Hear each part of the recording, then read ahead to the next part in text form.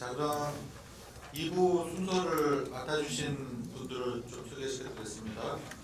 우선 발제자로서는 한국장애인고용공단의 신진의 부연구위원님이십니다. 예, 감사합니다. 두 분이 오늘 토론을 해주실 텐데요. 첫 번째는 김재익 사단법인 해낸복지회 상임이사님이십니다.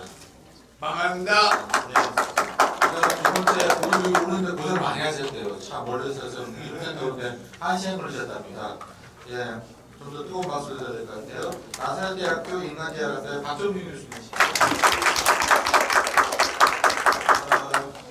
개인적인 얘기를 좀 하자면은 이제 작년에까지 목발 짚고 다녔다가 휠체어를 타고 다니니 저는 이제 학교에서 수업을 진행하면서 근로지원인이 필요하다 싶어서 공단기사에 전화했더니 이미 그 지원기에 다 지나갔다고, 버스 지나갔다고 내년에 하라고 그래서 저는 그래서 활동 보조 지금 활동 지원을 쓰고 있습니다만, 그래서 저도 이 근로지원 서비스가 확대되었으면 간절히 바라는 사람 중에 한 분입니다. 그래서 거기에 대해서 좀 말씀해 주실 것 같습니다.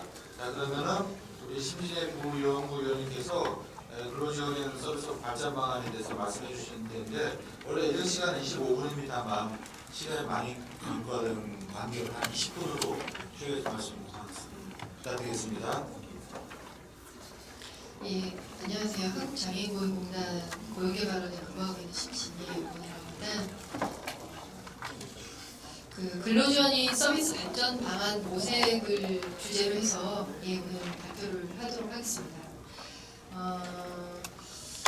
한국장애인고용공단은 그 핵심적인 업무 수행이 가능하지만 부수적인 업무 처리에 있어서는 어려움을 가지고 있는 장애인분들을 대상으로 해서 근로지원인 지원 사업을 추진하고 있는데요. 2009년 시범 사업을 거쳐서 2011년에 본격적으로 도입이 됐고요. 그래서 지금까지 사업이 운영되고 있습니다. 그리고 이 사업은 그 고용촉진 및 직업재활법 19조를 근거로 해서 또 추진이 되고 있고요. 이 본 사업은 그 규모와 예산이 계속적으로 확대되고 있는 상황이고요. 최근에 수립된 5개년 계획에서도 그 근로지원인 지원을 확대하겠다는 계획을 밝힌 바 있습니다. 그래서 각주에 보시면 18년 경우에는 이용자가 1,200명에서 2022년에는 10,000명까지 목표로 물량이 확대되는 그런 계획으로 알고 있습니다. 또 말씀드리고 싶은 사항은 우리나라의 장애인 고용 환경 개선 제도나 고용 편의 제도가 집단적인 환경 개선의 형태로 물리적 환경 개선을 중심으로 해서 좀 발전되어 왔다고 할 수 있겠는데요. 그리고 그 주된 주체나 대상이 장애인이 아니라 좀 사업주가 그 중심에 있었다라는 것도 부정할 수 없는 것 같습니다. 그러나 실수요자인 장애인 근로자의 요구에 좀 대응을 하고요. 이런 대응하기 위해서는 현재와 같은 그런 집단주의적인 고용편의 제도가 향후에는 개별적인 좀 접근으로, 개별적인 요구와 수요에 부응할 수 있는 접근으로 좀 변화되어야 된다는 생각을 가지고 있고요. 그리고 저희 장애인공단도 그런 추세에 지금 따르려는 변화들이 있습니다. 그런 추세 속에서 그 근로지원인 지원제도가 적합한 그런 개별 중심의 접근의 형태를 띠고 있는 지원제도라고 생각이 들고, 따라서 향후에 장애인들의 그 취업 그리고 고용 유지를 위해서 정책적으로 확대시킬 필요가 있는 제도라는 생각이 듭니다. 그래서 오늘 이 자리에서는 근로지원인 지원 사업을 그래서 몇 가지 측면에서 좀 평가를 해보고요. 그 결과를 중심으로 해서 좀 정책적인 제언을 좀 말씀을 드리고자 합니다. 그 주된 내용으로는 일단은 서비스 수요 분석을 해서 수요에 충분히 대응을 하고 있는지, 그리고 형평성의 측면에서 특정 장애인에게 치중되고 있는 것은 아닌지, 관련해서는 서비스 접근성에 대한 문제도 한번 검토를 해보고 싶고요. 세 번째로는 서비스를 지적인 측면, 지적 제고와 관련이 깊은 근로지원인 교육이나 서비스 만족도를 검토하고, 마지막으로 효과성을 좀 분석을 하고자 하고요.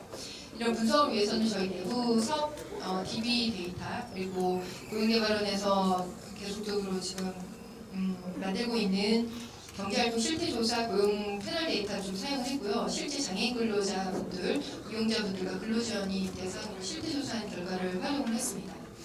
이 페이지 보시면 먼저 사업 운영의 현황에 대해서 일단 간단히 좀 알고 넘어가셔야 될 것 같은데요.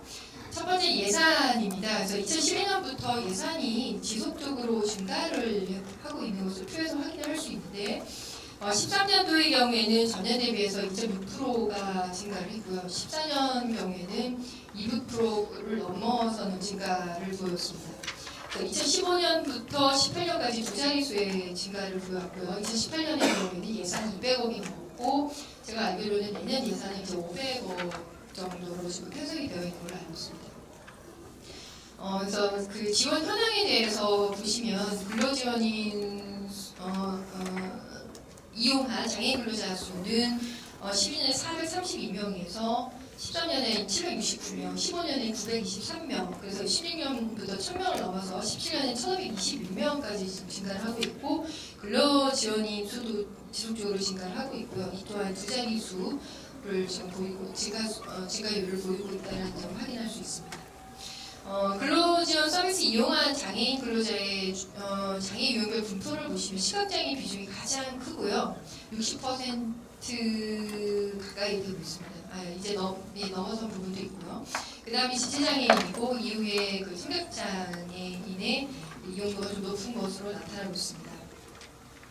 네, 그래서 말씀드린 그 몇 가지 그 평가와 관련한 분석 결과에 대해서 또 말씀을 드리면요. 첫 번째는 서비스 수요라고 해서 이 근로지원이 현재 그 지원 서비스가 수요에 충분히 대응을 하고 있는가, 충분히 공급이 되고 있는가에 대한 부분을 좀 말씀드리고 싶습니다.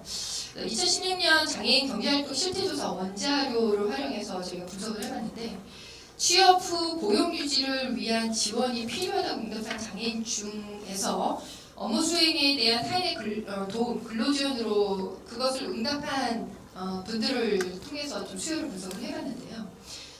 수요를 점진적으로 1차, 2차, 3차로 확장해서 좀 분석을 해봤는데 1차 수요의 경우에는 현재 그 근로지원 서비스의 높은 이용률을 보이는 장애 유형을 중심으로 한 규모 추정이었고 2차 수요는 전체 장애 유형을 포괄한 중증 임금 근로자입니다. 3차 수요는 그 이외의 노동시장 지위를 갖고 있는 분들에 대한 분석을 했는데요. 1차 수요의 경우에는 4,466명으로 중증 그러니까 특정 아까 말씀드린 특정 장애 유형을 가진 중증 임금 근로자의 한 9.2%고요. 2차 수요 전체 그 중증 임금 근로자에 대해서는 한 6,834명으로 한 7.3%가 나타났습니다. 그게 표 4에 나타나 있는데요. 그래서 이것을 그 같은 해 실제로 공단에서 근로지원인 서비스를 받은 분들 이 서비스 이용자 1,259명을 대입해 봤을 때 그러면 수요 충족률이 어떤가? 1차 수요를 적용했을 때 한 28.2%, 2차 수요를 적용했을 때 한 17.5%로 수요에는 아직까지는 충분히 대응하지는 못하고 있다. 수요 충족률이 아직은 좀 낮다라는 걸 확인할 수 있습니다. 두 번째는 서비스 형평성에 대한 부분입니다. 말씀드렸다시피 특정 장애인에게 치중되어 있는 것 아닌가, 서비스 접근성이 용이한가라는 부분이라고 할 수 있겠는데요. 표 5를 보시면 그 왼쪽에 A라고 써있는 2015년, 16년은 실제 이용자에 대한 현황 분포고 16년 B는 경제활동 실태조사의 전체 중증임금 근로자 중에 근로지원 서비스의 수요를 가지고 있는 분들의 분포입니다. 그래서 한번 실제 이용자와 경제활동 실태조사에서 나타난 수요와 얼마만큼 일치하고 있는지 이를 통해서 형평성이 있는지 없는지를 한번 분석을 해보고자 했는데요. 시각장애인이 앞서도 보셨지만 그 실제 이용자 중에 비중이 상당히 높은 것을 알 수 있고요. 그러나 수요 분석에서 좀 낮은 것으로 나타났고요. 그리고 지체장애인의 경우에는 또 실제 수요에 비해서는 이용자의 그 근로지원이 그 참여도가 좀 낮다라는 것을 좀 확인해 볼 수가 있습니다. 그리고 또 지적장애인이나 정신장애인의 경우에는 수요가 비교적 좀 높게 나타났는데 실제 이용자 비중은 좀 낮게 나타나고 있는데요. 이는 이분들이 필요로 한 서비스를 못 받았다라기보다는 주로 공단에서는 정신적 장애인분들을 근로지원 서비스가 아니라 작업지도 서비스를 유입을 하고 있기 때문에 이런 수치가 나타나는 것이라고 볼 수 있겠습니다. 그래서 여기 표현은 나타나고 제가 적시를 하진 않았지만 저희 공단의 16년 사업현황 자료를 보면 작업지도원 이용자 비중을 보시면 지적 자폐성 장애인이 80%를 차지합니다. 예, 그래서 그거를 좀 말씀을 드려야 될 것 같고요. 사업지 규모는 어떠한가 봤을 때 실제로는 50인 미만과 100에서 299인의 비중이 실제 이용자 비중이 높게 나타나는 반면에 잠재적 수요를 봤을 때는 50인 미만에 좀 편중되어 있다라는 부분, 그래서 약간의 미스매치가 있다라는 점을 확인을 해볼 수 있겠습니다. 그러면 이렇게 시각장애인에게 그 서비스가 일부 편중되고 있는 모습을 보이고 있는데 그러면 다른 데이터에서는 어떻게 나타나고 있는가에 대한 좀 궁금증이 있어서 장애인 고용 패널 데이터를 활용해서 근로지원 서비스의 필요도를 한번 분석을 해봤습니다. 표 7에 나타나 있는데요. 그래서 전체 장애인과 임금 근로자를 구분을 해서 한번 비교를 해봤고요. 그래서 분석 대상을 임금 근로자로 한정시켜서 분석을 해봤을 때는 시각장애인이 다른 장애인에 비해서 그 근로지원인에 대한 필요도가 분명히 높게 나타난 것은 사실인 것 같습니다. 그리고 지적 자폐성 정신장애인에 비해서도 그 필요도가 높게 나타나는데 그 부분 통계적으로도 유의미하다는 어떤 통계적 유의성을 확보하고 있다는 점을 확인할 수가 있었습니다. 그래서 이런 점은 시각장애인의 그 높은 수급률이 어느 정도 좀 지지해 줄 수 있는 결과로 좀 볼 수가 있을 것 같고요. 예, 그렇습니다. 그리고 이 표에서 좀 확인할 수 있는 부분은 직업적 능력에 따라서도 필요도가 좀 차이가 나타나고 있다. 그래서 의사소통 및 응대 능력이 우수할수록 근로지원에 대한 어떤 수요는 감소하는 것으로 나타났는데요. 이 말은 즉 의사소통 및 응대 능력이 좀 취약할수록 수요는 좀 높게 나타날 것이다라는 점을 확인할 수 있어서 향후 서비스 대상자를 선정하거나 대상자 확대하는 데 있어서의 이 기준이 좀 중요하게 좀 인식될 필요가 있다라는 점을 확인할 수 있었습니다. 그리고 일자리 특성에 따라서 근로지원 서비스 수요에 영향을 미치는 점이 몇 가지 확인이 될 수 있었는데요. 이것은 근로지원 서비스에 대한 어떤 정보 접근성이 높은 일자리에서 서비스 수요도 좀 높게 나타나는 것이 아닌가라는 점을 좀 추정해 볼 수 있었다고 생각을 합니다. 그래서 그러면 서비스 접근성이 그러면 좀 어떻게 나타나고 있을까에 대해서 조금 더 관심 있게 좀 분석을 해보게 됐는데요. 근로지원인 그 지원 사업의 사업 참여 경로를 한번 분석을 해봤습니다. 그랬을 때 직장에서 안내 및 소개를 통해가 한 30.2%, 그리고 장애인 관련 유관 그 단체를 통해서가 한 28.8%로 나타났고요. 그리고 표 8을 보면 공단을 통해서 사업을 이용하게 된 경로가 17.1%로 나타나서 좀 공식적인 경로보다는 물론 이게 비공식적이라고 보기는 어렵지만 아직까지도 장애인 단체나 이런 유관기관을 통해서 이 사업에 대한 정보를 얻고서 이 서비스를 이용하는 경로가 좀 상당한 비중을 차지하고 있다는 점을 알 수가 있었고요. 그리고 장애인 이용자의 직종을 또 확인해 보면 그 안마 관련 종사자가 한 38.1%고요. 장애인 관련 단체 종사자가 한 26.6%, 그리고 사회복지 관련 종사자가 한 18.0% 수준으로 나타나서 민간 사업체 일반 그 사무직 종사자 6.3%에 비해서 상당히 높은 수준이라고 할 수 있겠습니다.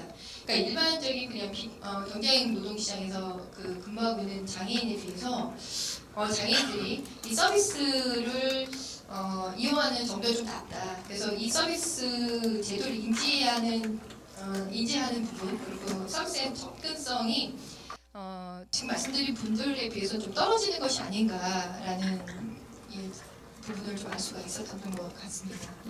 세 번째는 근로지원 서비스 질과 관련한 부분입니다. 서비스의 질은 이 서비스를 제공하는 그 근로지원인의 역량하고도 상당한 관련성이 있다고 볼 수 있겠는데, 그래서 근로지원인의 교육에 대한 측면에서 한번 살펴봤는데요. 근로지원인에 대한 교육은 지금 사업 수행 기관이 담당하고 있다라고 저희가 저는 내교에서 그렇게 명시된 걸로 알고 있습니다. 그래서 그 사업 수행 기관에서 사전 교육을 근로지원 분들이 받은 경우가 한 77.8%로 나타났고요. 그 교육 시간이 4시간 이상인 게 한 22.0%로 나타났습니다. 그래서 근로지원인의 업무에 얼마나 이 교육이 도움이 되고 있는가를 조사했을 때 매우 도움이 되었다면 한 80.6%로 교육 효과는 상당히 높은 것으로 나타났습니다. 그리고 현재 공단에서는 근로지원인 양성 과정을 운영을 하고 있는데요. 사이버 교육도 있고 집합 교육을 운영을 하고 있지만 교육 참여자 규모는 아직까지는 좀 저조한 편입니다. 그래서 이런 부분이 좀 개선이 될 필요가 있다는 생각이 들고요. 실태 조사에 따르면 그래서 공단 교육에 참여한 근로지원인은 45.9%, 그래서 과반수 이하는 공단의 교육에 참여하지 못한 것으로 나타났는데 그 사유가 교육 안내를 받지 못한다거나 업무 시간에 빠질 수가 없어서 그리고 공단까지 거리가 멀어서 순으로 나타나고 있어서 근로지원 분들이 반드시 받아야 되고 어떤 서비스의 질을 높이기 위한 스스로의 어떤 그 역량을 강화시키는데 노력을 하고 싶어도 좀 어떤 여러 여건들이 뒤따르지 못하고 있다는 점을 좀 확인할 수 있습니다. 두 번째는 근로지원인 서비스 만족도입니다. 그래서 이 만족도를 통해서 서비스 질에 대한 그 장애인분들의 인식을 확인할 수 있었는데요. 일장에서 그 장애로 느끼는 불편사항을 해소하였다. 그러니까 서비스 이용을 통해서 그런 분들이 응답자 한 20.4%로 상당히 높게 나타났습니다. 그리고 덧붙여서 근로지원인 분들한테도 저희가 한번 조사를 해봤는데 이분들도 한 91.8%가 상당한 그 긍정적인 반응을 보였습니다. 그리고 그 이용자분들에 한해서 그 애로사항을 한번 조사를 해봤는데요. 전체적으로 봤을 때 좀 높은 순위가 나타나는 게 지원 범위에 대한 구분이 좀 어렵다. 근로지원인의 서비스 제공 선호 시간대와 이용의 서비스 이용 시간대가 불일치한다. 이런 순으로 나타났습니다. 예, 그래서 이 부분에 대한 저희 공단 내부적으로 좀 관심이 좀 필요할 것 같다는 생각이 들고요. 그리고 네 번째로는 그 서비스 효과성을 한번 분석을 해봤는데요. 첫 번째로는 고용 유지 효과를 분석을 해봤습니다. 이를 위해서 생존 분석을 좀 적용해서 퇴직 확률에 대해서 근로지원의 서비스를 받은 분과 받지 않은 분들 간의 차이가 있는지를 한번 봤는데 분석 결과 그 근로지원인 서비스를 받은 장애인의 경우에 그렇지 않은 장애인에 비해서 퇴직할 확률이 거의 절반 수준으로 낮아지는 것을 확인할 수 있었습니다. 따라서 이 서비스가 장애인분들의 고용 유지에 있어서 상당히 효과를 가지고 있는 것을 확인할 수가 있었고요. 그리고 62페이지를 보시면 이를 좀 가시적으로 저희가 보여드리기 위해서 생존 함수나 위험 함수를 한 그림으로 좀 제시를 해봤는데 근로지원인 서비스 수급자분들이 계속적인 근로 가능성, 자취 그래프 그리고 그 퇴직 가능성에 있어서 고용 유지나 퇴직에 있어서 상당히 긍정적으로 해석할 수 있는 결과들을 나타냈다라는 점을 그래프에서 좀 확인할 수 있을 것 같습니다. 다음은 생산성 향상 정도를 통해서 이 서비스의 그 효과성을 한번 분석을 해봤는데요. 근로지원을 받을 때 장애인 근로자의 업무 수행 능력을 100이라고 했을 때 받지 않았을 경우에는 그 업무 수행 능력이 몇 퍼센트 정도 되었을까요? 라고 저희가 한번 질문을 들어봤을 때 근로지원 이용자분들, 장애인 이용자는 한 46.01%, 근로지원인 경우는 한 50.1%로 말씀을 하셔서 전체적으로 한 50% 이상이 근로 능력을 향상시켰다고 응답을 해주셨습니다. 그러니까 상당히 그 생산성 향상 정도에 기여하고 있는 제도라는 점이 나타났다라는 점을 확인할 수 있었습니다. 그래서 결론을 좀 말씀드리겠습니다. 그래서 이게 결론 부분이 지금 제가 다시 한번 확인해 보니까 좀 무섭이 정리된 부분이 있긴 한데요. 제가 좀 말씀을 드리면 첫 번째로는 전체적인 잠재적인 수요를 좀 고려한 서비스 이용자 편입을 좀 시킬 수 있는 노력과 서비스 이용자 확대를 위한 좀 노력이 필요하다라는 생각입니다. 앞서 그 서비스 필요도 분석을 통해서 장애 유형이 근로지원 서비스 수요를 예측하는 주요한 변인으로 나타났습니다. 그래서 시각장애인의 경우에 필요도가 다른 장애 유형에 비해서 상당히 높고 실제 이용자 비중이 높게 나타난 것은 사실입니다. 근데 실질적으로 좀 뚜껑을 열어봤을 때 근로지원 서비스 이용자들의 직종이 안마 쪽이나 사회복지, 장애인 관련 유관단체에 종사하는 비중이 너무 높았어요. 그래서 그 민간 사업체의 일반 그 근로자분들은 한 6.3%에 그쳤다는 점 다시 한번 확인을 해보고 싶은데, 따라서 이 지원제도를 인지하지 못하거나 서비스 접근에 불편을 가지고 있어서 이 서비스를 이용하지 못하는 사각지대에 있는 장애인들을 발굴해서 지원이 좀 닿을 수 있도록 많은 홍보와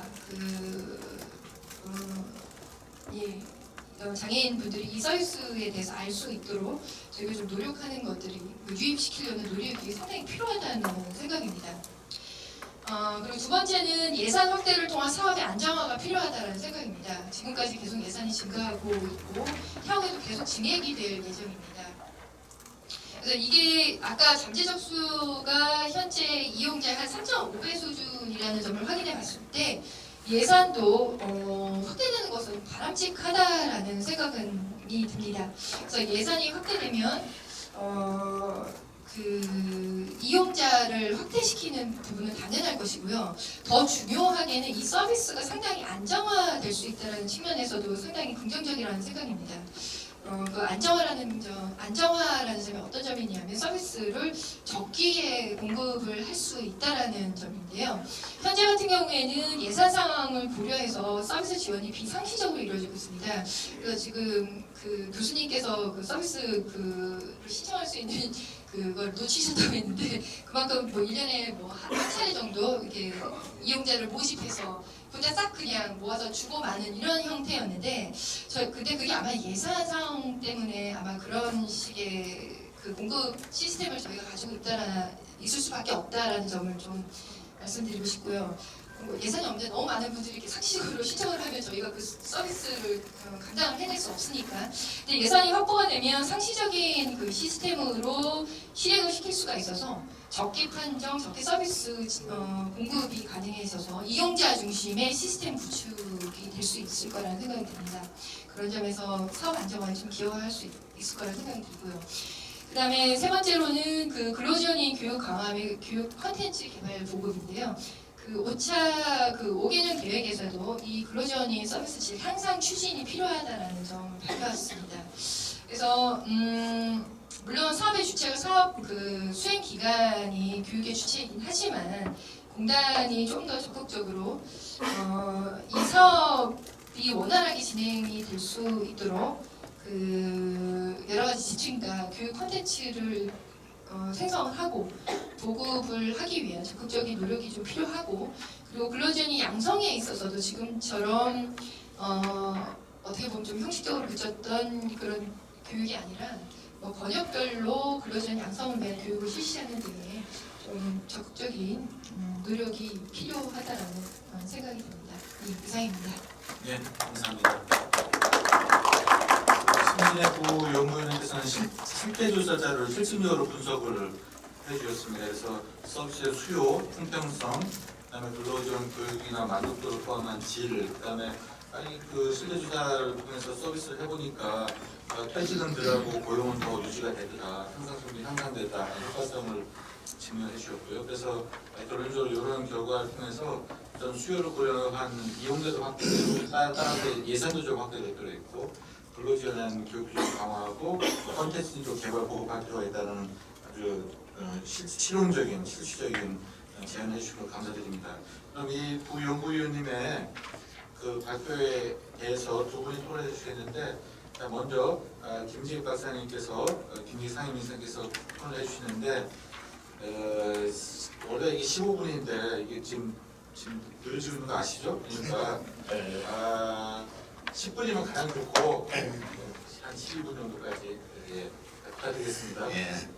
주제 발표하신 분의 연구 성과와 또 여태까지 연구를 많이 해주신 데 대해서 고영정 연구위원님 감사드리고요. 제가 여기에서 딱 두 가지를 키포인트를 잡았는데요. 이 논문을 보면서 아까 일부에서도 그랬지만 중증장애인을 해야 될 때 아마 발달장애인을 염두에 두고 얘기를 적은 것 같고요. 그리고 학대를 염두에 두고 제가 사실은 2006년부터 계속 투쟁을 해서 이 제도를 설계한 사람인데 이걸 끌어올리기 위해서 상당히 노력했거든요. 예산을 끌어올리기 위해서 투쟁도 하고 머리도 깎고 뭐 했는데 그때는 그렇게 안 올라가지만 지금은 뭐 10,000명까지 해주겠다니까 참 고마운데 그렇다고 해도 제가 지금 발달장애인을 지원하지 말자가 아닙니다. 발달장애인 지원하되 그 합리적인 방안으로 지원하자. 제가 94년 동안 대구대 취급재활학과를 대학원을 처음 들어간 것 같아요. 그때 강영 교수님한테 제가 배운 게 지원고용을 배웠는데 그 당시는 굉장히 충격적이었습니다. 이런 제도가 있나 싶었거든요. 사실은 지원고용 제도는 외승마비한테도 필요해요. 사실은 업무 습득을 위해서는 필요하거든요. 그러면 발달장애인에게 지원고용 제도가 엄청 좋은데 우리 한국의 지원고용 제도는 선배지 훈련 이게 아니고 훈련시키는데 지원고용을 다 쓰고 있어요. 3개월에 침투하지. 이건 아니거든요. 내가 봐도 이건 지원고용이 아니거든요. 그러면 자꾸 지를 취업하기 전에 상주하는 걸 자꾸 지금 잘못 알고 있어요. 원래 지원고용, 미국에서 나온 지원고용은 나는 그게 아니라고 보거든요. 그래 봤을 때 이 핵심적 직무를 파악하는 자의 하나의 부수적 업무를 시키겠다는 근로지원 문제는 나는 안 맞다고 봐요. 발달장애인에게 잘못하다가 이 제도를 잘못 시행하면 옛날에 2001년도에 제가 복귀하는데 장애인 취업시킬 때 발달장애인 20명을 취업을 시켰는데 그 작업장에 가보니까 사업주가 일을 안 시키고 20명을 그냥 앉혀놓고 있어요. 왜? 그때 여성 중증장애인이 81만 명이었어요. 그리고 그 통장하고 그 도장을 사업주가 갖고 있어요. 다시 말씀드린다. 재직금 이하를 주면서 80명을 빼가는 거예요. 그런데 만약에 발달장애인에게 지금 자꾸 지제도 우리나라에 있었는데도 불구하고 지원고용을 근로주의는 채택했을 거야.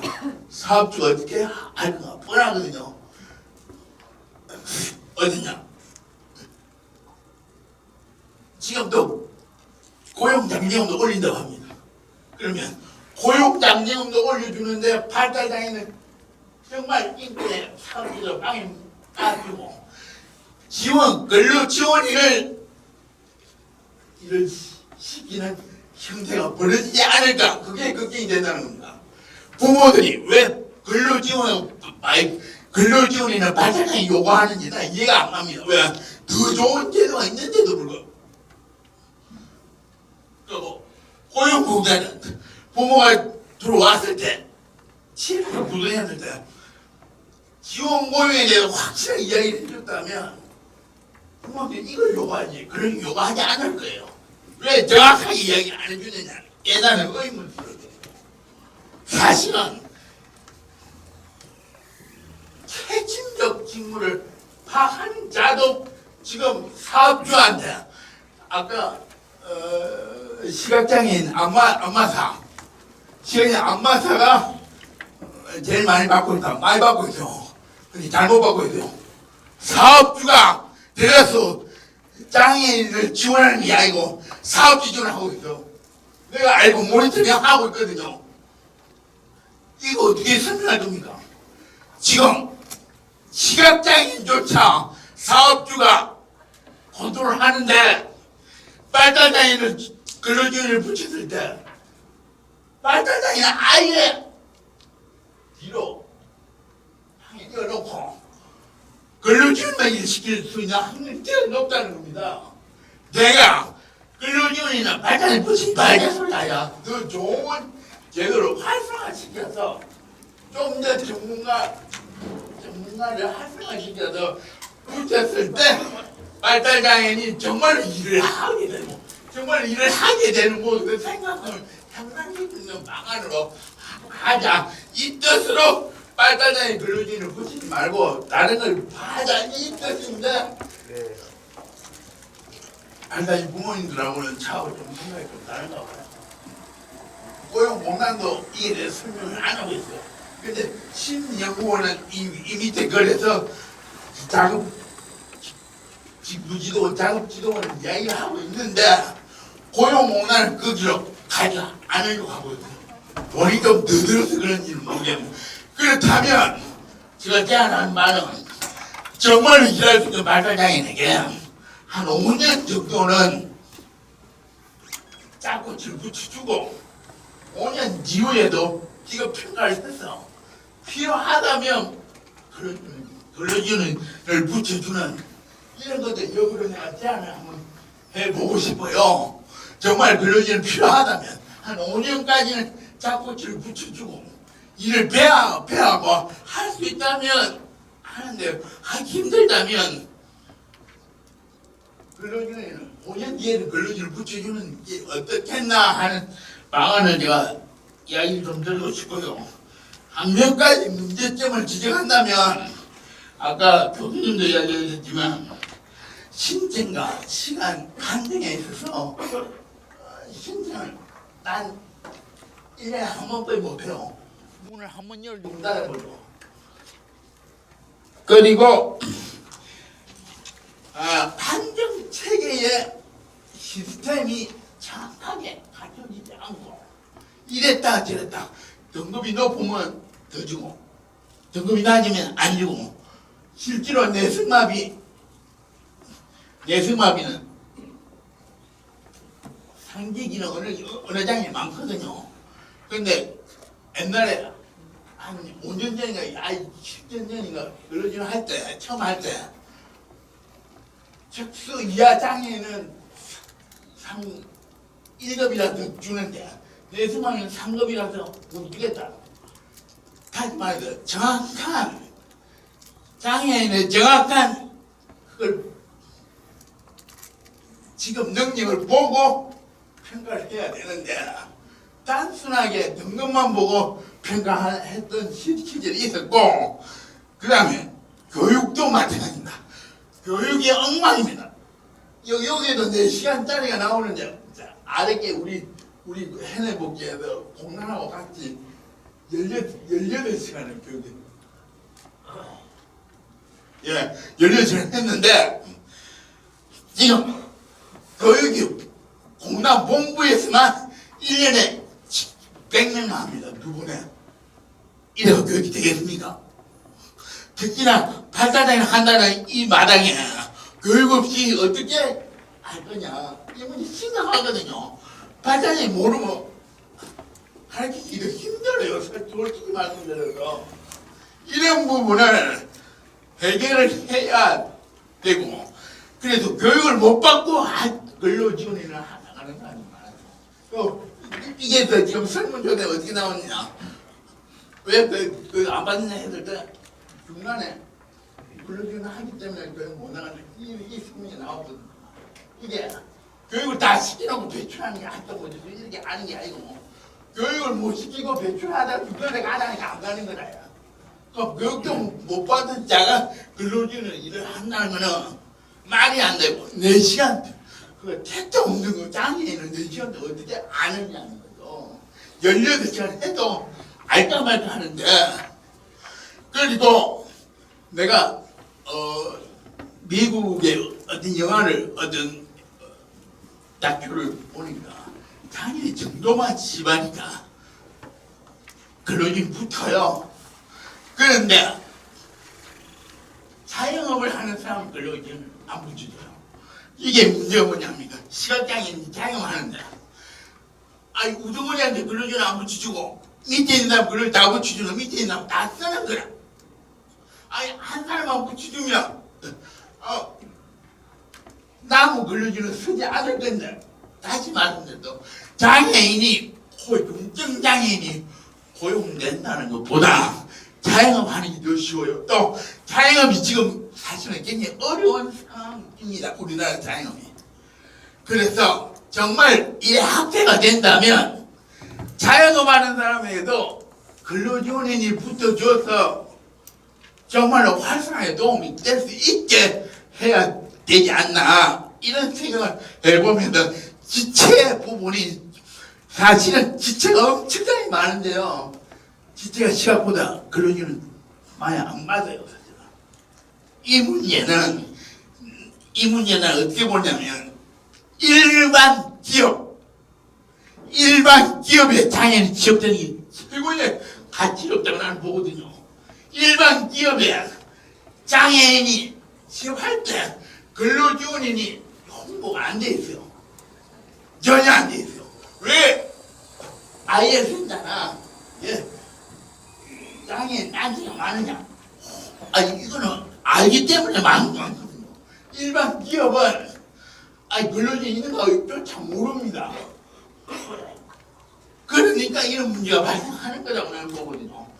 즉 종합적으로 말씀드려서 저는 발달장애인에게 근로지원을 붙이지 말자가 아니라 근로지원인보다 더 좋은 제도 장코치를 붙여서 발달장애인이 업무를 할 때 그게 되는데 업무를 할 때 정말 올바르게 그 의사소통 되게 하고 또 이야기 못 알아듣게 하고 또 직장 예제를 배우고 또 직무를 배워갖고 정말 자기 영역에서 올바르게 일할 수 있게끔 만들어주기 위해서는 근로지원 가고는 안 된다. 자코치가 돼야 된다. 전문가가 배치시켜줘야 된다. 전문가 배치를 통해서 정말 생산력을 극대화시킬 수 있게 발달장애인도 생산력을 극대화시킬 수 있게 해야 하고 이를 정말 아주 힘든 장애인까지 고용문화를 갈 게 아니라 아까 조승재 교수님 말씀대로 이걸 보건복지부 영역을 또 수당을 줘야 될 부분을 임금을 달라면은 그건 조금 너무 심하지 않다 생각이 들어서 근로지원인을 좀 더 활성화시킬 수 있는 방안에서 다른 장애 영역을 진짜 필요한 영역을 잘 찾아서 주게 된다면 근로지원 제도도 올라갈 것이고 예산이 엉뚱한데 비효율적으로 사용을 막을 수 있을 것이고 또 발달장애인의 지원도 발달장애인 정확하게 알고 있는 자코치를 통해서 확실하게 지원하는 그런 영역으로 간다면 부모들이 더 원하지 않을까 하는 생각을 합니다. 그래서 제가 강영현 배울 때는 내 스마트에서 발달장애라고 이어달라는 게 안 여주죠 부모들이. 내 스마트는 발달장애 아니라고. 그런데 저 마지막으로 얘기 드릴게요. 가장 예산이 올라가는 거는 좋다 나쁘게 얘기 안 할게요. 좋습니다. 장애인 측면은 좋은데 가장 효율적으로 사용될 수 있게끔 고용공단에서 좀 짜주셔면 좋겠다. 그리고 발달장애인에게는 자코치를 통해서 확실하게 지원할 수 있게끔 5년에서 평생까지 필요하다면 그래도 일을 할 수 있는 장애 같은 것도 해주면 좋겠다. 이렇게 결론을 내리겠습니다. 네, 감사합니다.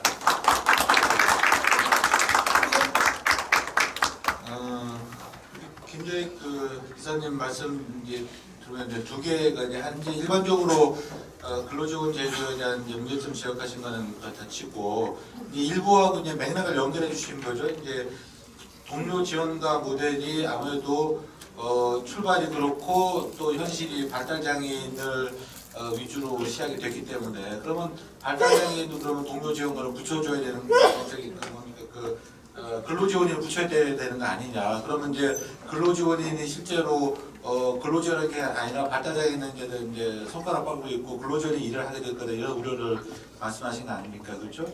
그래서 근로지원인보다는 사실은 그러니까 그 동료 근로지원보다는 작고치를 먼저 활용을 하는지, 그리고 100번 양보해서 작고치를 먼저 하고 그다음에 이제 근로지원을 붙여주든지 하는 방안을 제시를 한 겁니다. 근데 그런 맥락을 이해를 하시는데 제가 우리 좌장입니다만 제가 이제 우리 심연구원님한테 부탁을 드리고 싶은데 근데 실질적인 연구를 보니까 임금 근로 장애인을 보면은 오히려 지적 자폐성 정신장애인 같은 경우는 근로지원의 필요성이 낮게 나타났단 말이에요. 이게 그렇죠? 전체 장애인은 뭐 유의미한 건 없고 그러니까 이게 왜 이렇게 낮게 나타난 건지 이게 능력이 있어서 낮게 나타난 건 아닐 테고 이게 일자리의 특성 때문에 그런지 하여튼 제가 잘 모르겠으니까 거기에 대해서 답을 좀 이제 우리 해주셔야 지금 이게 상반된 얘기거든. 이제 김재희 수장님은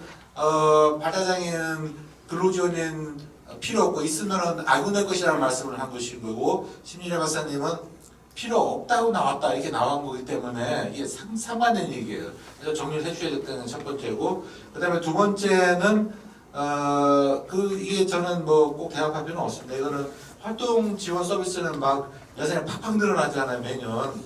그런데 이게 근로지원에는 만년 늘어나봤자 이 활동 지원 서비스의 10분의 1도 안 돼. 예산이나 이 지원 능력이. 그러면 이게 왜 이렇게 됐을까? 이게 단순히 장애인들이 일을 한 것보다는 집에 있는 재가 장애인이 많기 때문에 그 현실을 반영한 것인지 아니면은 꼭 장애인이 꼭 일을 해야 맛이냐? 그냥 뭐 일상생활에 살참여하는 것도 좋은 게 아니냐는 그 철학이 반영된 것인지 이건 잘 모르겠어요. 뭐 물론 이유는 당연히 뭐 활동보육 서비스 이슈 파이팅이 더 됐었기 때문에 올라간 건 제가 모르는 거 아닙니다만 좀 깊숙이 생각해보는 왜 그럴까 생각이 들어서 이건 뭐 누가 대답하는 얘기는 아니지만 거기에 대해서 대답할 수 있는 분은 대답했으면 좋겠다 생각이 듭니다. 어쨌든 그 김재희 수장님이 일부와 연결시켜서 우리 생각하게 해주셔서 고맙게 생각합니다.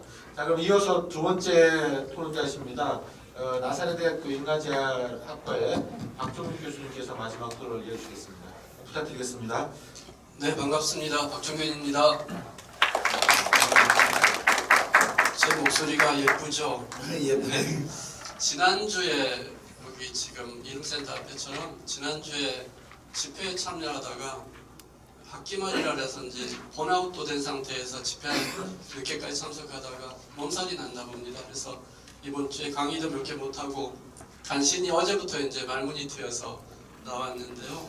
사실은 오늘 토론에 오면서 저는 비전문가거든요. 이 분야에 대해서. 제가 좀 더 관심을 가지고 제가 연구하는 분야는 중도장애인 재활 영역이라서 이 부분은 조금 제가 다른 분야에 대해서 더 알지 못하는 부분인데 김재익 소장님과의 의리 관계 때문에 어쩔 수 없이 나왔고요. 소장님 앞에서 얘기 많이 하시는 거 들으면서 그냥 4시간 다 들어도 될 뻔했구나 그렇게 생각을 했었습니다. 그래도 앞에 심진애 부연구위원이 해주신 발제 내용 그 다음에 김재익 상임이사님께서 하신 토론 내용을 조금 비껴가면서 몇 가지만 말씀드리겠습니다. 저는 첫 번째로 장애를 가진 사람들에 대해서 일자리, 직업 이쪽을 사회와 국가는 되게 많이 원하고 있는데 이쪽을 이렇게 원하고 이슈화시키는 이유는 뭘까라고 생각을 해봐요. 첫 번째, 관련 기관들의 실적 때문일까? 아니면 정부가 홍보하기 위해서일까? 우리도 장애인 고용률 몇 프로 이상이 되었다고? 그런데 근본적인 걸 생각해보면 장애를 가진 사람들이 일을 해서 세금을 내는 당당한 시민으로 만드는 것, 그래서 삶의 질을 높여주는 것, 그게 목적이어야 되지 않을까? 그런 생각을 먼저 해봅니다. 근로지원인 서비스 문제도 그렇게 접근하면 이 근로지원인 서비스 얘기는 전부 다 새로 시작해야 되지 않을까? 그렇게 생각이 드는데요. 첫 번째로 이 서비스의 형평성 관련해서 발제자님께서 말씀해 주셨는데 시각장애 영역에서 많이 이용하세요. 거의 40% 가까이.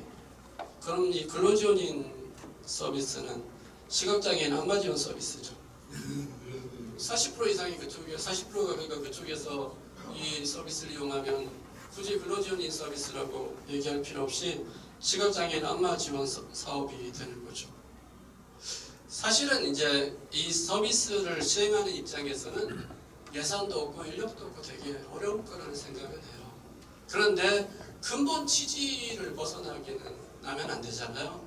근로지원인 서비스는 고용을 확대하고 장애를 가진 사람들이 일을 할 수 있도록 하기 위한 제도지, 아는 사람을 통해서 약삭 빠르다는 표현은 말고 빠르게 신청할 수 있는 사람들만 이용할 수 있는 거라면 이건 장애인 고용 확대를 위해서 그렇게 도움되는 제도는 아니지 않나? 그런 생각이 들었어요. 거기 보면 근로지원인 서비스를 신청하게 되는 계기가 장애인 단체나 이쪽을 통해서 전부 다 신청을 하는 거예요. 50% 가까이가. 그럼 장애인 단체는 아는 곳에서 빨리빨리 신청해서 지원을 받을 수 있고, 진짜로 우리가 경쟁 고용을 하는 이 제도가 진짜로 필요한 사람들은 이 제도를 모르고 필요해서 신청하려면 신청 시기가 아니고 누구를 선정해 주는지 어떤 절차를 통해서 되는지도 모르고, 그럼 이 제도가 진짜 장애인 고용을 증진시키기 위한 제도인가? 우리는 다시 생각해 볼 필요가 있다 싶고요. 두 번째는 그 앞에 두 분이 다 교육 문제를 얘기해 주셨는데요. 장애와 관련된 일을 하시는 분들 교육은 진짜 중요하죠. 이게 교육이 조금만 잘못돼도 학대가 이루어지고, 조금만 잘못돼도 장애를 가진 사람들에 대해서 그 나쁜 일들이 계속 생기는데, 4시간 교육인데 이수율이 50% 안 되면 그것도 안 받아요. 이거 교육을 안 했다고 봐야 되는 거죠. 물론 이제 예산이 없고 뭐가 없고 그런 이유는 되죠. 그런데 정부 관련 기관에서 이런 사업을 할 때 고용공단만 아니라 근로복지공단도 그렇고 다른 곳에서도 그래요. 이런 교육을 되게 등한시해요. 그래서 혼자 왜 이럴까 고민을 해봤는데요. 제 생각은 이거예요. 아까 말씀드렸듯이 장애인들이 일을 해서 세금 내서 삶의 질을 높이고 당당한 시민으로 만드는 그 궁극적인 목표를 위한 사업이 아니라 실적이에요. 우리 공단에서는 이랬다고 해야 돼요. 몇 프로를 냈다. 몇 명한테 서비스를 했다. 이게 이것 때문에 하는 것 같아요. 네, 그러니까 우리 목적 전체예요. 목적을 상실한 거예요. 그래서 이런 일들이 벌어진다고 생각을 하고요. 시간 없으니까 또 목도 아프니까 저는 그 직업 영역에서는 장애인복지법상 장애를 배제했으면 좋겠어요. 우리 예전부터 나왔던 얘기거든요. 직업적 장애. 그러니까 교육을 받는데 장애가 다르잖아요. 그러니까 특수교육법에서는 교육을 받는데 어느 정도 어려움이 있느냐가 기준이잖아요. 장애인복지법은 일상생활하고 사회활동을 하는데 얼마나 어려움이 있는지가 기준이잖아요. 근데 직업은 직업생활 하는데 얼마나 어려움이 있는지가 기준이어야 되잖아요. 근데 우리는 장애인복지법상 기준을 그대로 직업에 갖다 써먹는 거예요. 그러다 보니까 무슨 일이 생기냐면요. 저 같은 경우에 저도 장애 1급이에요. 장애인복지법상. 근데 제가 학교에서 강의하고 있는데요. 저는 환경만, 편의시설만 잘 갖춰져 있으면 제가 강의하는데 장애를 못 느끼겠어요. 강의하는데 제가 장애 있다고 생각을 안 해요. 그런데 제가 만약에 육체노동을 하는 곳을 갔다. 예를 들면 건설 현장에 가서 벽돌을 나르는 일을 한다. 저는 불가능해요.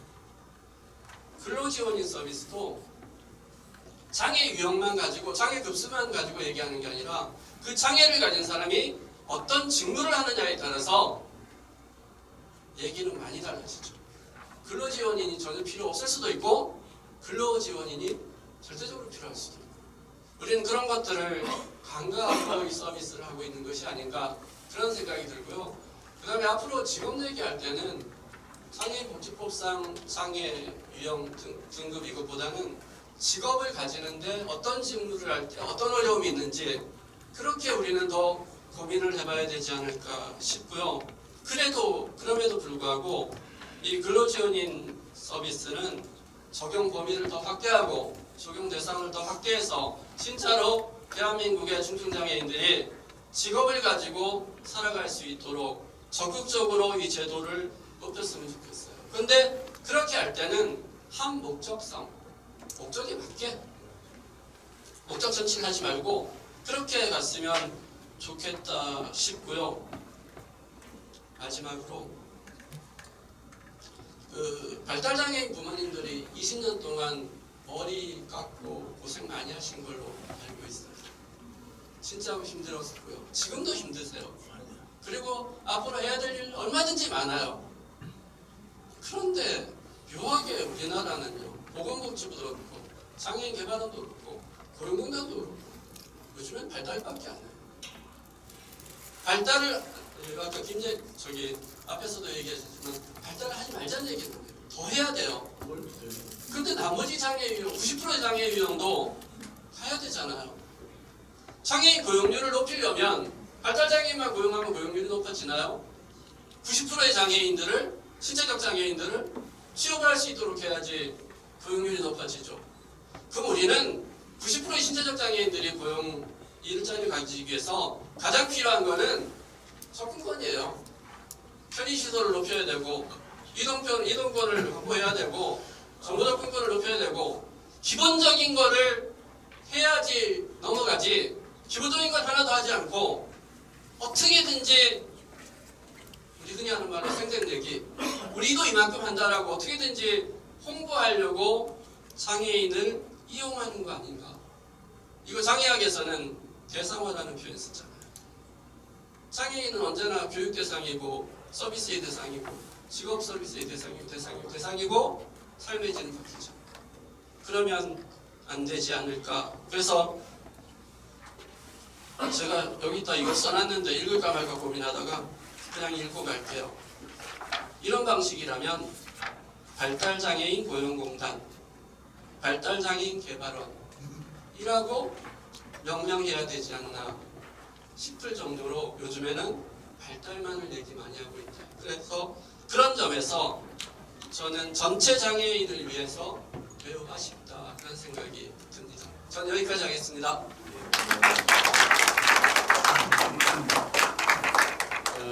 박준호 교수님께서 형평성의 문제 지원 과정을 비롯해서 말씀해 주셨고 교육도 너무 허접하다는 말씀해 주셨고 그래서 결론으로 직업적 중증장애 개념을 도입하자. 그다음에 이 근로지원 제도의 좀 범위를 확대하자라는 제안을 해주셨습니다. 아주 두 분이 아주 톤을 높여주셔서 열받으면서 토론해 주신 것 같아요.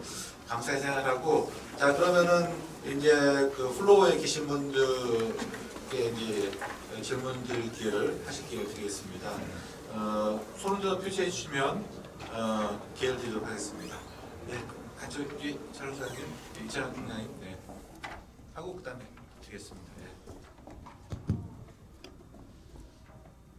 네, 저는 한국척수장애인협회 그 사무총장으로 있는 이찬우라고 합니다. 고용공단에서 오신 부연구위원님께 공단을 대표할 수 있는 어떤 책임성 있는 말씀은 못 하시겠지만 몇 가지 좀 말씀을 좀 드릴 테니까 요구에 대해서 좀 가능한 답변을 좀 부탁드릴게요.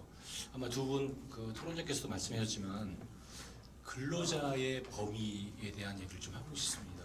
물론 이제 근로기준법상에 근로자와 어떤 사용인이라는 게 명확하게 구별되어 있는 걸 알고 있지만 이 잣대를 이 장애인의 어떤 근로에까지 그 잣대를 들이대는 거는 좀 저는 형평성에 좀 문제가 있다고 생각이 되거든요. 예를 들어 저는 척수장애인협회 사무총장으로 있는 급여를 받는 사람입니다. 근데 저는 보조고용기기도 못 받고 고용장려금도 못 받고 근로지원금도 못 받습니다. 왜냐하면 저는 우리 협회 법인의 이사입니다.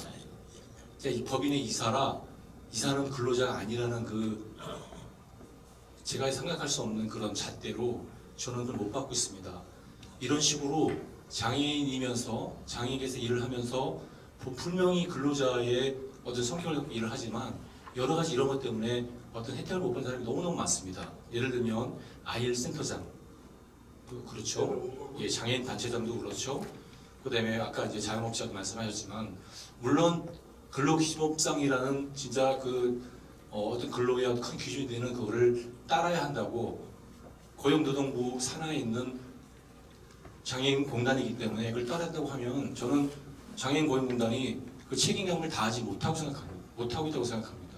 장애인의 입장, 장애인의 현실을 전혀 대변하지 못하고 있는 저는 공단이라고 생각이 들고요.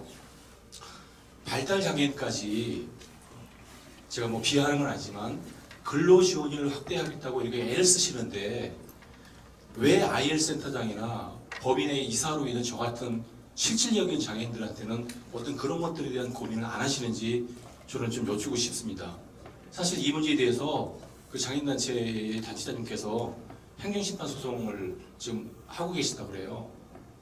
신분에 대해서 정확하게 해달라고 어떤 이런 거를 볼 때 이런 것들은 사실 괜히 오래전부터 나왔던 얘기거든요. 이것에 대해서 지금 공단은 계속 뭔가를 뭐 연구하고 있다 뭐 이렇게 하시는데 장애인의 고용 확대라는 어떤 큰 틀을 생각한다면 어떤 장애인의 근로자의 범위 그다음에 이런 것들에 대해서 한번 고민을 하시고 좀 연구를 하시는 분이시니까 이거에 대해서 실질적으로 장애계의 어떤 그 수요라든가 장애의 생활이라든가 이런 것들에 대해서 좀 고민을 하셔서 진짜 장애인들이 일을 하고 세금 내는 장애인을 만들 수 있는 그런 고용공단이 됐으면 좋겠습니다. 이상입니다.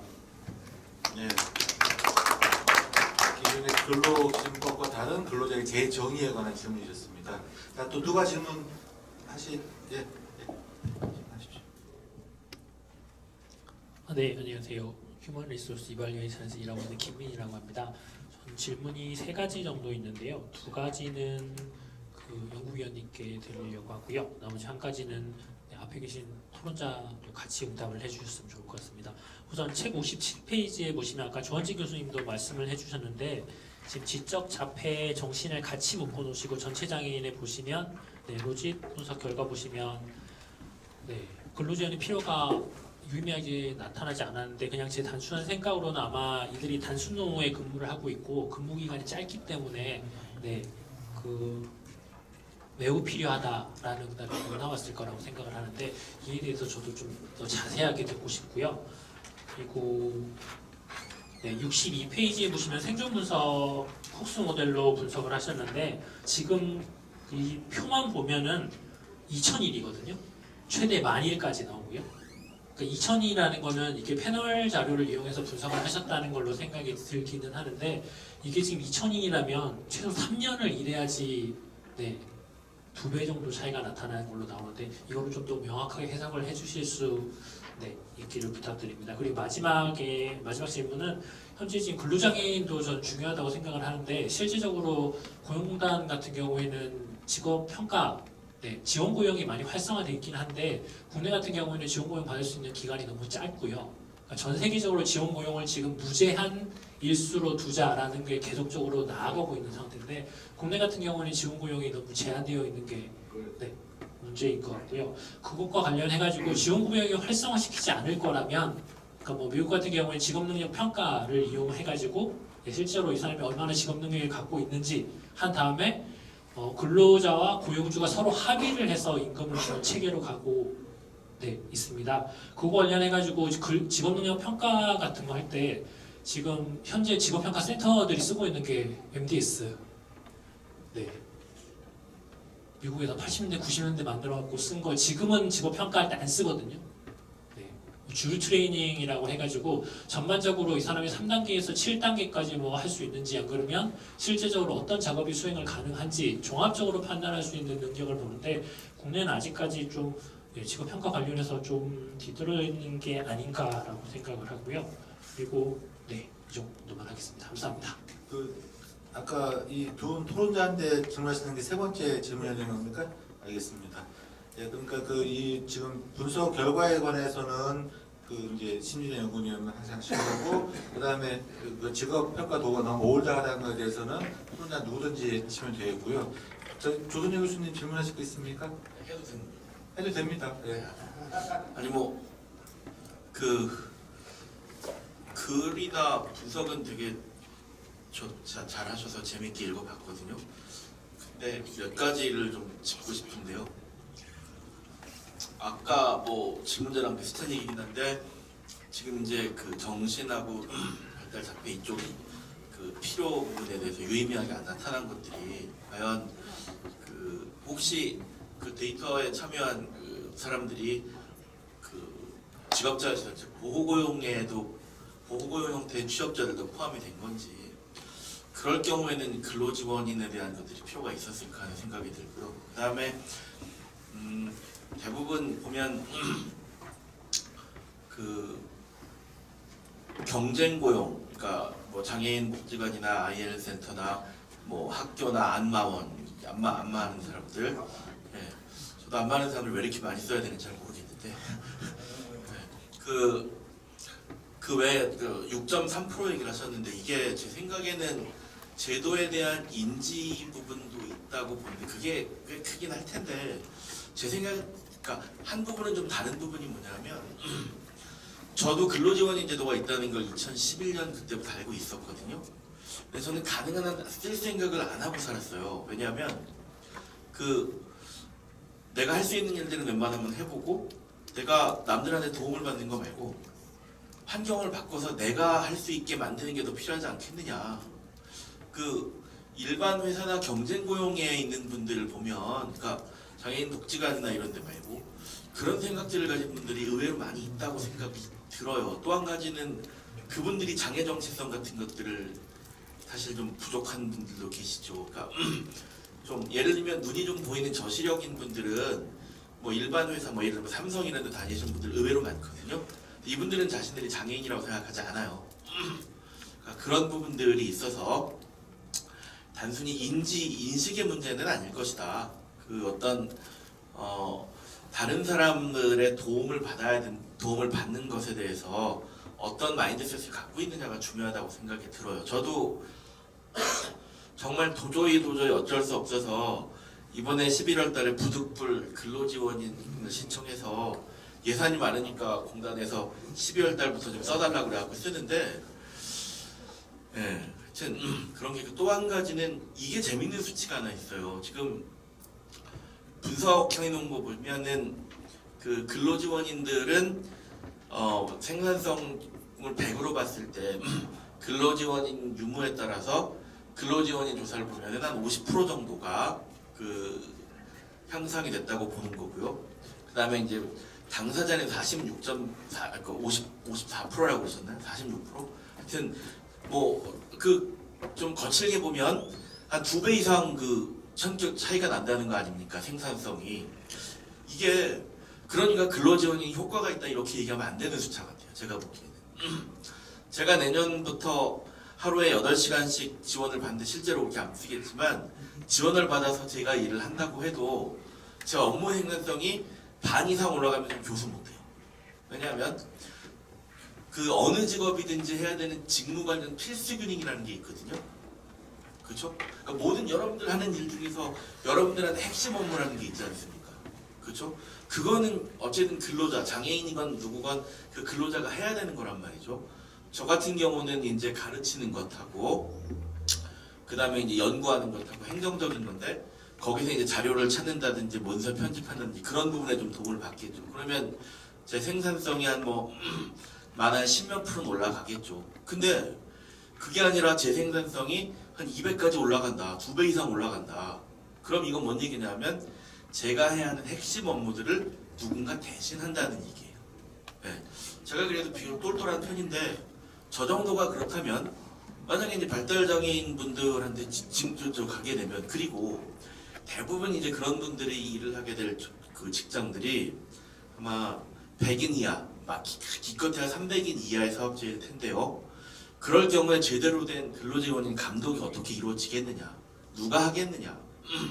지금 근로지원인 감독 기관들 저도 뭐 개인적으로 아는 사람들도 있고 있어서 하는데 교육도 교육이지만 근로지원이 제대로 이루어지고 있는지에 대한, 그러니까 뭐 제도적으로 뭐 부정수급 이런 거 말고 실제로 일을 어떻게 하고 있는지 아주 극단적이죠. 어떤 경우는 근로지원인 이름만 붙여놓고 기생충처럼 사는 사람도 있어요. 그 사람이 붙어갖고 일 하나도 안 하면서 돈만 받는 사람도 좀 봤고요. 일을 다 해주는 사람도 봤어요. 그러니까 이런 부분들에 대한 것들을 우리가 어떻게 할 거냐. 사실 그 문제가 전 굉장히 크다고 보거든요. 그래서 전 우리 장애인들도 좀 고민할 필요가 있는 게 정말 우리가 불급한 부분에서 근로지원인의 도움을 받아서 쓰는 건 맞다고 봐요. 근데 우리가 활동지원인 때도 좀 똑같다고 생각하거든요. 활동지원을 받으면 우리가 독립생활 능력을 좀 더 확실히 기를 것 같아서 했는데 어쩌다 보니까 어떤 분들은 보면 활동지원인들이 우리가 옛날에 하던 걸 다 해주더라는 거죠. 이렇게 되면 우리가 이제 독립적인 존재가 아니라 그야말로 물건이 돼버린다는 거죠. 이런 부분들은 우리도 한번 경각심을 가질 필요가 있지 않을까 하는 생각을 좀 많이 해보거든요. 이상입니다. 네, 고맙습니다. 네, 조준일 교수님은 이제 그 분석 결과에 대한 코멘트도 해주셨고 또 어쩌면 장애인 당사자에 대한 드린 말씀도 해주셨고 그렇습니다. 자 그러면 이 정도 하고요. 자 그러면 우리 신진애 연구위원님이 토론자들이 말씀하신 거하고 플로에 나온 세 분의 질문에 답을 주시고 또 아까 그 평가 도구가 좀 올드하다는 것은 누가 교수님 하시겠습니까? 3위사님 예, 그렇게 하시고 예, 그럼 의문부터 부탁드릴까요? 예.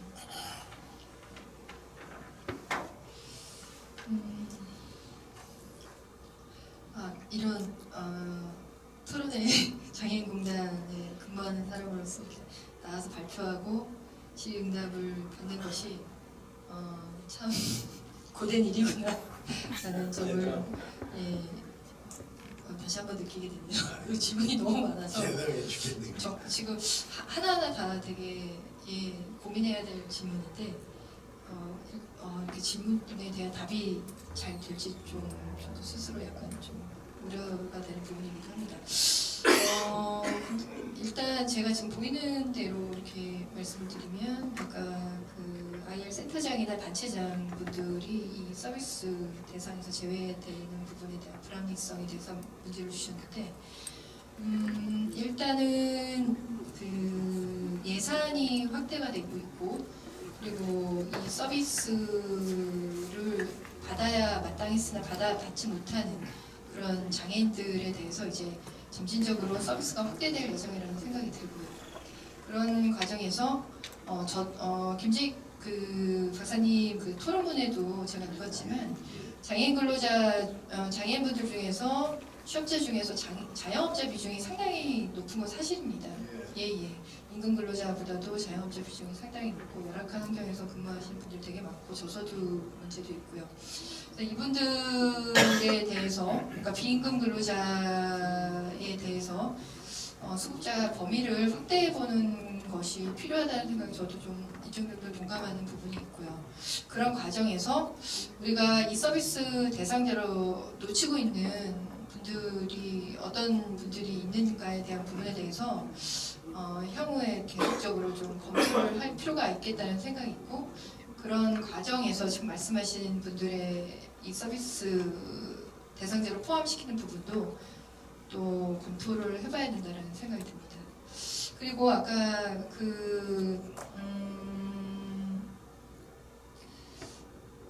지적 정신 자폐성 장애, 발달 장애인 분들 필요도가 낮다라는 부분. 예, 필요도가 일단은 패널 데이터 상으로는 이렇게 나타났습니다. 그래서 시각 장애인이 다른 장애 유형에 비해서 이 필요도가 높게 나타나는 것 데이터에서는 그거는 하나의 팩트고요. 필요도가 낮다라는 부분은 그렇고 그리고 이분들이 아까 또 경기활동 실태 조사에서는 어느 정도 수요는 꽤 낮단 말이죠. 근데 그런 수요를 가지고 있는 직접 자폐성 장애인에 대해서는 근로지원인보다는 과거에는 작업지도원 쪽으로 서비스를 받을 수 있게끔 좀 유인이 됐었다라는 부분.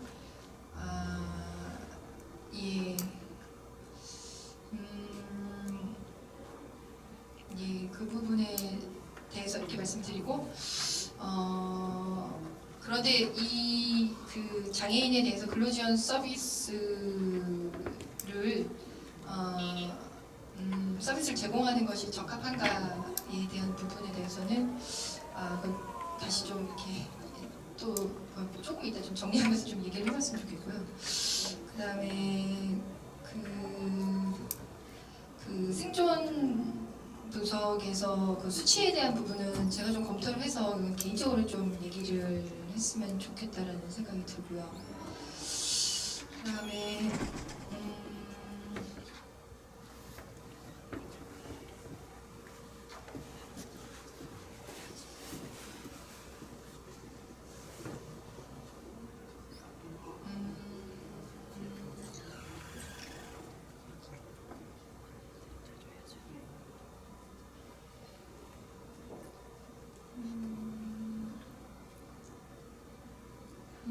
그리고 그 토론자분께서 아는 사람끼리 신청을 해서 이용하는 서비스, 그러니까 이거는 아까도 제가 말씀을 드렸지만 저희의 예산 상황이 좀 넉넉하지 못하기 때문에 장애인분들한테 전체로 이 서비스를 광범위하게 홍보하고 유입시키려는 노력이 좀 적극적이지 못했던 부분은 확실히 있는 것 같습니다.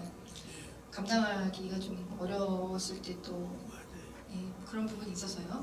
그래서 문제는 알고 내부적으로 공단 다 알고 있었던 것 같습니다. 그래서 이제 점차적으로 서비스 대상자를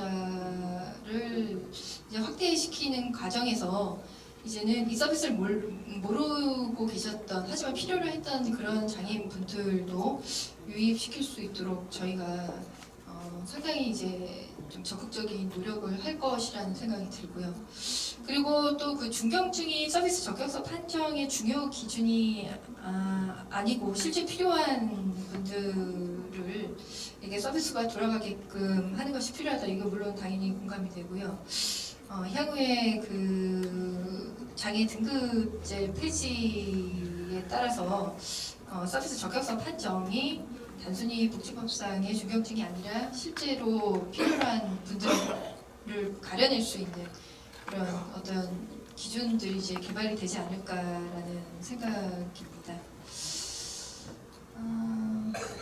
그리고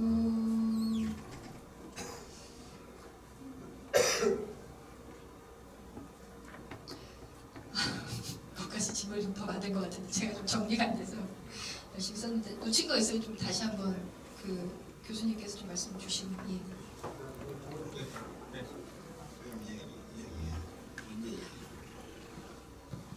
저는 뭐 직업평가와 관련된 얘기였었는데요.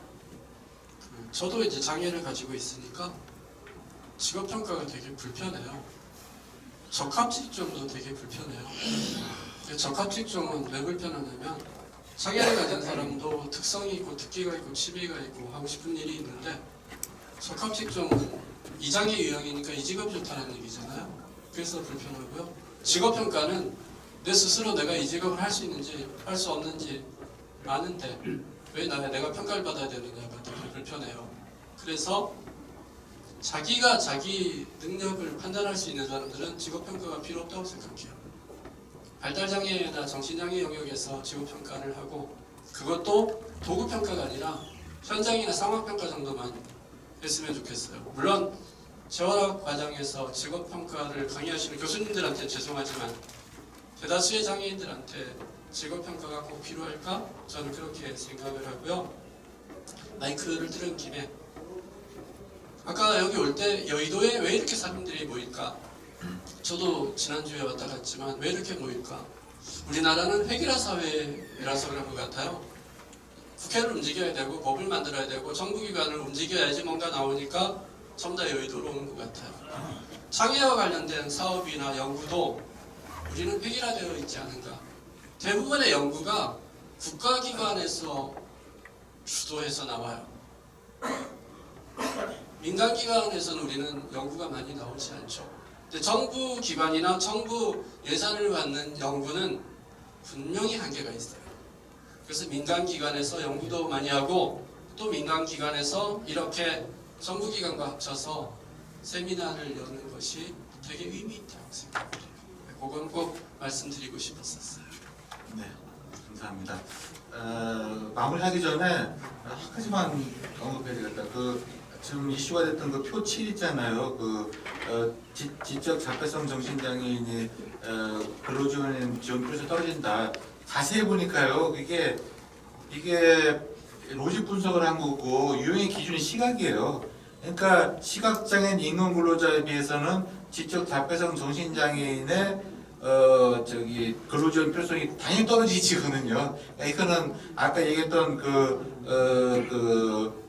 김진수 형님 말씀한 이 발달장애인 근로지원인의 필요성이 떨어질 것 아니니까 붙여놓으면 문제 있을 것 같다는 그 논리를 부시는 게 아닌 것 같습니다. 이거는 당연히 이렇게 나올 것 같으니까 참 놓치면 안 되고 말씀드리고요.